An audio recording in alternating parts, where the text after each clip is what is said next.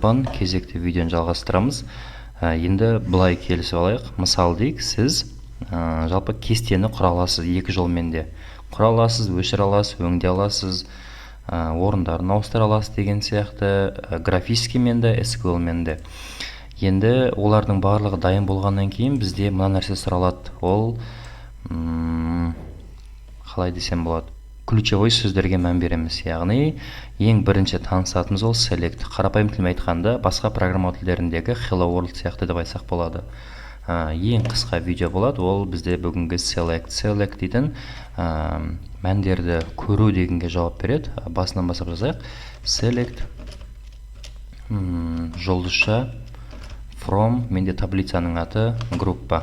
Все, өтірнікте. Яғни select деген жұлдызша барлық деген мағынаны білдіреді. From группаның ішіндегі барлық мәндерді қарау деген сөз. Вперед батырмасын басатын болса, қазір бізде мінекей 8 мән бар болатын сөз, сол мәндердің барлығы экраннан көрініп жатыр деген сөз.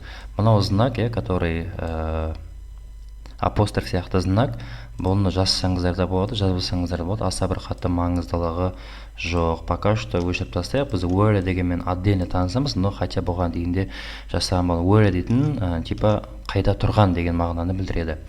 Енді select from-ға жұлдызша деген барлығын көрсететін болса, по отдельности көру керек болатын болса, онда біз по отдельности жазаламыз. Мысалға тегі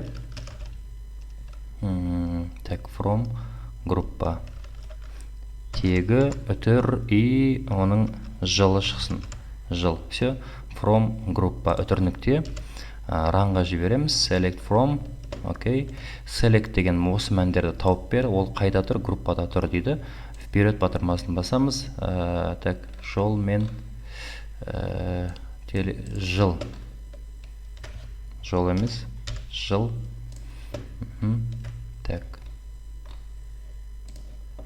Вперед и мінекей обзорда астында тұр тегі және жылы ғана көрінді. Бұл барлық таблицадағы орындар көрінді. Яғни біз селекте осы екі-ақ нәрсені білсек болды. Ол жұлдызша деген барлығын көрсетеді, по отдельности жасақ үтірмен жазылады. Ал енді where-ға келетін болсақ, бұнда былай жасақ болады. Группаны өшірейік. Мен былай деп алайын. Типа маған есімі керек, который where ID басталады. ID тең, допустим, 4-тен басталатынның барлығының есімдері керек десем болады. Ctrl-C деп көшіріп аласылайын. Яғни 4-ші орыннан бастап тек қана есімдерді ғана шығарады. Так, мінекей 4-ші орында менде құрбаналы 4 қана бар. Қайтадан SQL-ға өтейін и мен бұған бөле 4 деген орына 2 деп алайын. Системізді қайтадан ранға жіберейік. Вперед.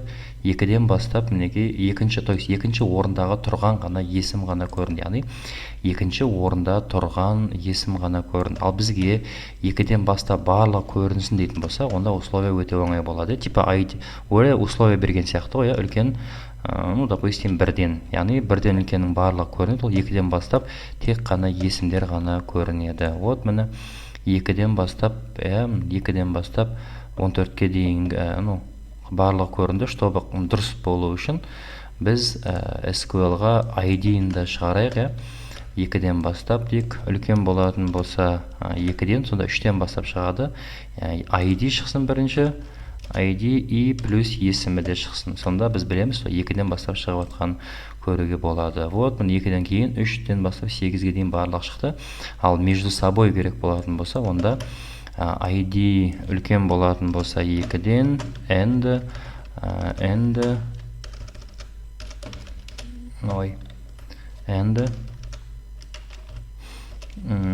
ID кіші болатын болса 6-дан, значит 2-ден үлкен 3 пен 5-тің арасында тұрған есімі и оның ID да шықсын.